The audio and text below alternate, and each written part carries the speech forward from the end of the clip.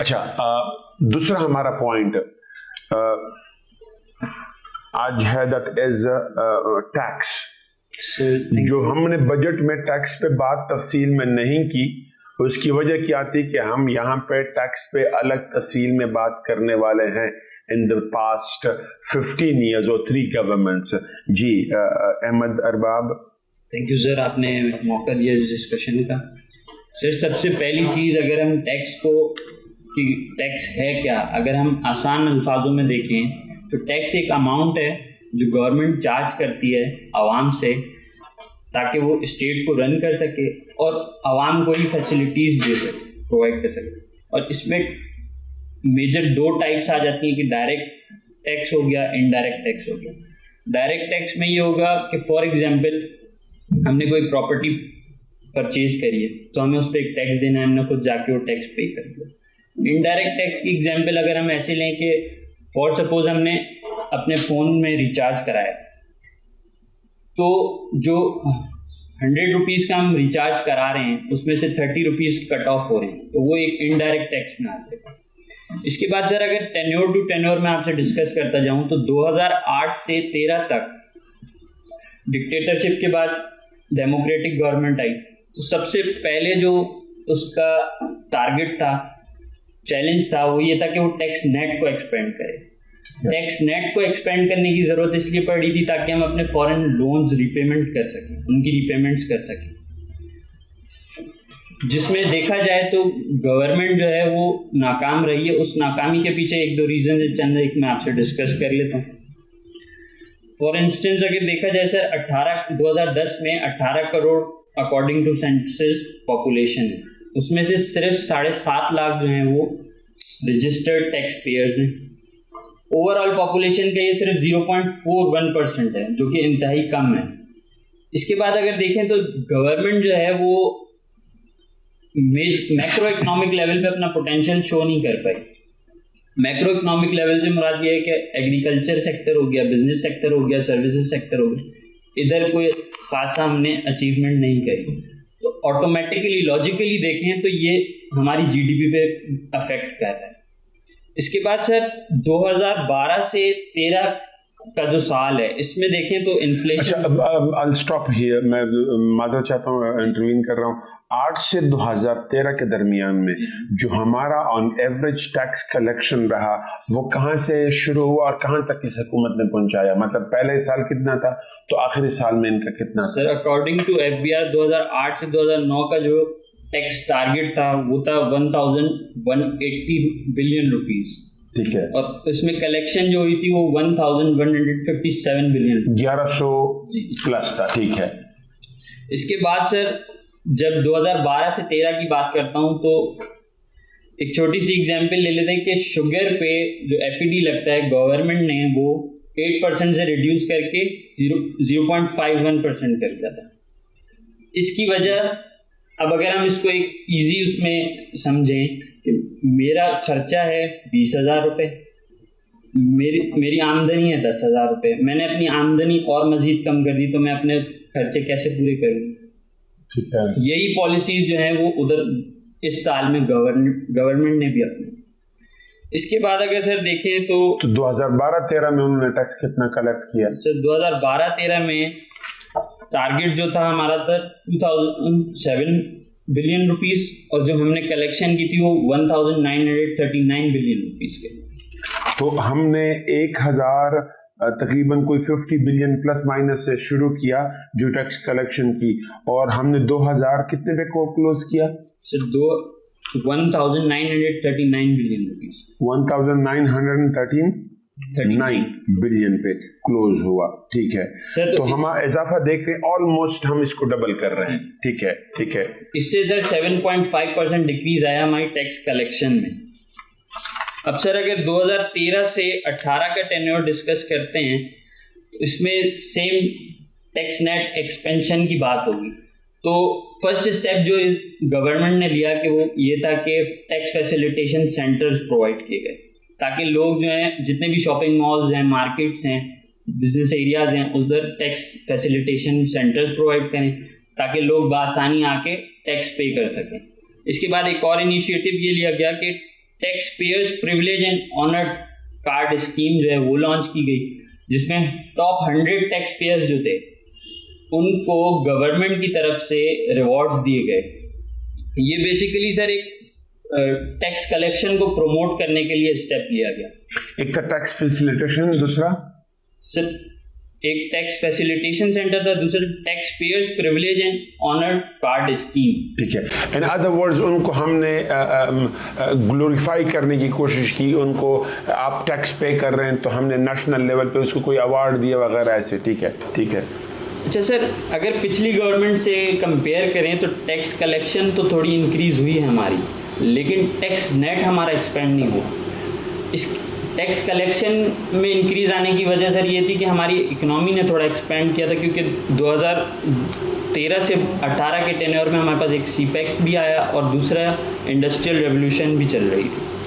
और सर 2015 से 16 में अगर देखें तो हम टारगेट जो है वो अचीव करने की हमने अच्छी खासी कोशिश की है। ठीक है। इसके बाद सर अगर हम टेबल देखें तो 2015 से 16 में जो हमारे पास टारगेट था वो था 3100। 15 में ना जाइएगा, पहले 13-14 का बताइएगा। 13-14 का टारगेट क्या था? 13-14 का सर टारगेट था कि 2500 बिलियन रुपीस। ठीक है। और सर फिर 2015-16 का था 3104 बिलियन रुपीस। ठीक है। जिसमें से हमने कलेक्ट करे थे 3112 बिलियन। ऑलमोस्ट अचीव हुआ। जी सर। ठीक है। और 2016 to 17 में जो टारगेट था हमारा वो था 3500 बिलियन रुपीस, और जो हमने कलेक्ट किया था वो 33,060 बिलियन रुपीस। ठीक है। इसके बाद सर अगर 2018 से 22 पे अगर बात करें तो 2017-18 का मुझे फिगर चाहिए, क्योंकि हम साथ में गवर्नमेंट टू गवर्नमेंट भी एंड कर रहे हैं। 17-18 में फिगर हमारे पास क्या थे? सर 17-18 में जो हमारे पास फिगर्स थे वो ऑलमोस्ट 4000 समथिंग थे अप्रॉक्सीमेटली, आपको बता। अच्छा, मेरे ख्याल में अगर मैं आपको अफेंड ना करूं, 3.8 ट्रिलियन के करीब हमने कलेक्शन की थी। 3.8 ट्रिलियन। ठीक है, सही है। ऑल राइट जी, आगे जाइएगा प्लीज़। सर 2018 से अगर 22 का टेन्योर जो हम डिस्कस करते हैं तो इसमें जो रूलिंग पार्टी है वो फर्स्ट टाइम इक़्तिदार में आई। फॉरेन रिजर्व्स जो थे सर वो हमारे ख़त्म हो रहे थे, डिप्लीट कर रहे थे, तो हमें मजबूरन जो है हमने एक मिनी बजट पहले पेश किया। लेकिन सर फिर हमें जो है अपने बरादरान इस्लामिक मुल्क कंट्रीज़ जो थी उनसे हेल्प लेनी पड़ी, पर सर ये भी हमारे लिए इनफ नहीं था। तो फिर सर हमने IMF की तरफ रुजू किया। IMF ने हमें स्ट्रिक्ट पॉलिसीज़ अपनाने की हिदायत दी। फिर हमने एक और मिनी बजट पेश किया जिसमें हमने मज़ीद टैक्स इम्पोज किए। इसके बाद सर 2018 से जो 19 का ये जो पहला साल था, इसमें वीक पॉलिसीज़ और वीक एडमिनिस्ट्रेशन की वजह से हम लैग कर गए टैक्स टारगेट अचीव करने में। लेकिन सर अगर 2019 से 20... अच्छा, साथ में प्लीज़ फिगर भी बताइएगा कि इस साल में जो फिगर्स थे वो फिगर्स क्या थे और कितना हमने लैग किया। सर 2018 से 19 में जो हमारे पास टारगेट था वो था 4150 बिलियन रुपीस। ठीक है। और हमने कलेक्ट कितने किए? Sir 3825 billion rupees. ठीक है, 3.8 ट्रिलियन किए। Yes sir. ठीक है। तो टारगेट से तकरीबन हम कोई 300 अरब रुपए के करीब शॉर्ट थे। ठीक है। इसके बाद सर 2019 से अगर हम देखें तो 2020 तक, 2019 से 20 का जो हम ये एक साल देखें तो इसमें हमें अच्छी खासी अचीवमेंट नज़र आती हैं। टैक्स फाइलर्स में हमारे पास इंक्रीज़ आया। जितनी भी लोग थे जिनकी 50 लाख से अबव ट्रांजैक्शन थी किसी भी चीज़ की, किसी भी एसेट की परचेज़ करने में, 50 लाख से अगर कोई प्रॉपर्टी खरीद रहा है, कोई गाड़ी खरीद रहा है, 50 लाख से अबव अगर उसकी ट्रांजैक्शन है तो उस पर फाइलर बनना लाजमी कर दिया गया था, उस पर ये रिस्ट्रिक्शन लगा दी गई। इससे हमारा टैक्स फाइलर जो हैं उनका रेशो इंक्रीज़ हुआ। इसके बाद सर एमनेस्टी स्कीम्स के थ्रू डेडलाइंस दी गई कि इतने वक्त में आपको टैक्स फाइलर्स बनना है, वरना आपके एसेट्स जो हैं वो डिस्ट्रॉय हो जाएंगे। ठीक है। 2020 से 21 और 21 से 22 सर अगर ये 2 साल को हम देखें जनरली दोनों को, तो इसमें मेजर टैक्स रिफॉर्म्स आई। एक ट्रैक एंड ट्रेस सिस्टम आया। ठीक है। इसमें सर ये था कि सिंपल वर्ड्स में कि आपने अगर एक फॉर सपोज हमने चीनी बनाई है, तो हमने कितनी चीनी बनाई है, ठीक है, कितनी मार्केट में पहुंची है, कितनी चीनी सेल हुई है, कितनी चीनी पे, उस चीनी पे कितना टैक्स पे किया गया है, हमने उसको ट्रेस कर सकते हैं हम बासानी। और टैक्स की जो चोरी है, टैक्स इन्वेजन को हमने कवर करने की कोशिश करी है, ठीक है, कम से कम करने की कोशिश करी। इसके बाद सर एक और अचीवमेंट ये थी कि पॉइंट ऑफ सेल आई, जितने भी ब्रांड्स हो गए, होटल्स हो गए, इनको पहले तो वेरीफाई किया गया FBR के थ्रू। इसके बाद सर एक और ये था कि आम आदमी इनकी दी हुई रिसिप्ट जो थी उस पर FBR का बारकोड होता था, उसको स्कैन करके ये देख सकता है कि उसने जो टैक्स पे किया है वो वाकई FBR के पास भी गया है कि नहीं। ठीक है। इससे एक ये वेरिफिकेशन हो रही थी, एक ये चेक एंड बैलेंस हम रख पा रहे थे। इसके बाद सर अगर टेबल देखें तो 2018 से 19 के, जैसे कि मैंने आपको बताया कि टारगेट था 4150 बिलियन रुपीस, कलेक्शन हमारी हुई 3825। हम यहाँ पे थोड़ा फर्स्ट ईयर में लैग कर गए। फिर 2021 से 22 को अगर देखें तो टारगेट जो था हमारा 6100 बिलियन रुपीस था, लेकिन हमने अचीव जो किया 6125। जी, तो target was achieved in simple words. ठीक है जी सर। इसके साथ साथ sir I would like to add a point here. Sir Ahmad ने कहा कि जिस तरह पॉइंट ऑफ सेल्स मुख्तलिफ शॉप्स पर, मार्केट्स पर, ब्रांड्स पर लगाए गए, उनकी जो रिसीट्स को वेरीफाई करना था, उसकी वेरिफिकेशन के लिए उस वक्त गवर्नमेंट के उन्होंने नया इनिशिएटिव इंट्रोड्यूस कराया जिसका नाम था टैक्स आसान ऐप। टैक्स आसान ऐप के थ्रू आप पॉइंट ऑफ सेल जाके अपनी रिसीट को वेरीफाई कर सकते थे और ये पता कर सकते कि आपके टैक्स की चोरी तो नहीं हो रही, टैक्स की वेयत तो नहीं हो रही। इसके साथ साथ टैक्स आसान ऐप में आम आदमी के फ़ायदे के लिए उन्होंने टैक्स आसान ऐप में इनकम टैक्स रजिस्ट्रेशन भी आपको उसी सिंगल क्लिक पे दे दी, इनकम टैक्स रिटर्न पे करने की सिचुएशन भी सिंगल क्लिक पे दे दी, ई पेमेंट्स, इनकम टैक्स पे करना, सेल्स टैक्स पे करना, FED पे करना, इसकी पेमेंट्स दे दी। उसके अलावा सेल्स टैक्स रजिस्ट्रेशन की सहूलत दे दी। मीन्स के 100 प्रॉब्लम्स 1 सोल्यूशन टैक्स आसान ऐप। और इसके तहत इन्होंने एक और स्कीम लॉन्च की प्राइस की, कि जो भी बंदा POS की रिसीट को टैक्स आसान ऐप पर आकर वेरीफाई करेगा तो हर मंथ 55 लाख पाकिस्तानी रुपीस के कैश अवार्ड्स हैं जो कि 1007 बंदों में तकसीम किए जाएंगे।